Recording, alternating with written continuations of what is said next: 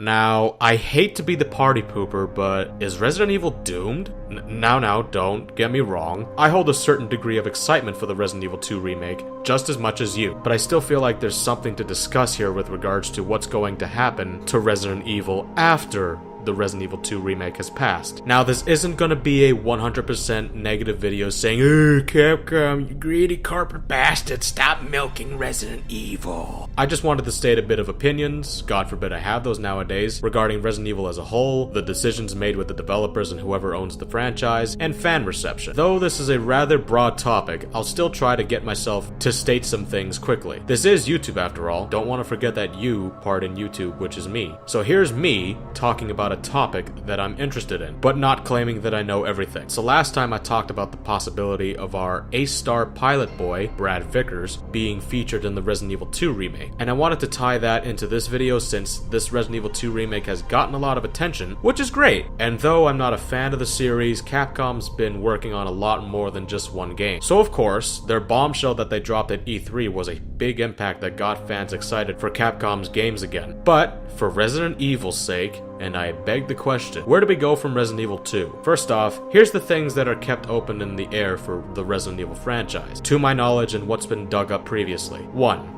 The live-action reboot. A while back, it's been announced that the same mediocre Resident Evil live-action films that were originally made by Paul Anderson is going to be receiving a reboot treatment by someone named James Wan. Where this may go and what sort of new saga will be created remains to be seen, and I'll patiently wait to see as to what is revealed in the future, assuming it doesn't go in flames and is either left a mess or a cancelled piece of pulpy potential that never got the opportunity to grow. Number 2. The sequel to Resident Evil Vendetta. Ever since Vendetta hit, focusing on telling the story of Chris Redfield, Leon Kennedy, and Rebecca Chambers, in addition to a new cast of characters, Vendetta definitely left some things open to interpretation as the film concluded. I liked how it was a giant fan service piece, tying into information from previous games, while marking as a continuation from Resident Evil 6 in a way. It was better than how 7 handled its quote-unquote continuation of Resident Evil's story. Speaking of continuing Resident Evil's story, Resident Evil 8, assuming we get this game down the road, I feel like they got a lot to fix because most of the stuff set up in 7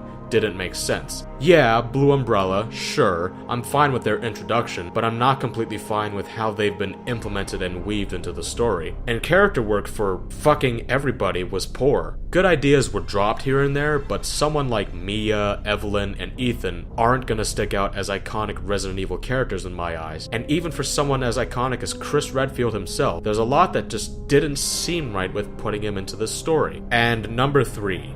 The Resident Evil 3 Remake. Say this thing does happen after the Resident Evil 2 Remake.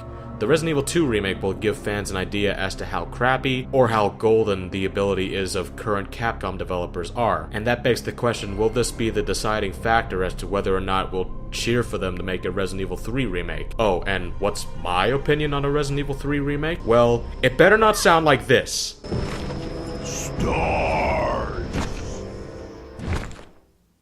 What the fuck was that? To top it all off, I feel like if Resident Evil keeps up like this, then it's gonna end up turning into another Star Wars. Too many things going on and on forever without any sort of ending or resolution in sight that drags out the series for more and more profit. Oh well, at least we have the Clone Wars. Now don't get it twisted, I enjoy the presentation of Resident Evil 2 and the RE engine, and I think it looks fantastic. I still hold myself to my word that this Resident Evil 2 isn't going to be like the original, of course. These are two completely different games, and I still await as to how the vision Capcom seeks with regards to remaking one of the most beloved Resident Evil titles to date. In addition, with the company's making money thing, of course, I want to see my favorite franchises do well and continue a conquering streak in the industry, but I can't help but feel that when the time comes, it has to reach a conclusion. Otherwise, I feel that Capcom will repeat the same mistakes that Konami made. And yes, a few minutes ago I expressed my concerns for Star Wars, but I thought it was worth mentioning since what Konami did was way worse in my opinion. This Kojima-less era of Metal Gear is over before it even began. So that was my short take of my concerns for the Resident Evil franchise. If you feel that I've missed the mark a bit, or I'm somewhere on the lines of being somewhat credible, let me know what you think in the comment section down below. I'd appreciate if you dropped a like on the video, subscribe if you enjoyed the video, if you want to see some more videos in the future, and that pretty much wraps it up for today's Resident Evil video.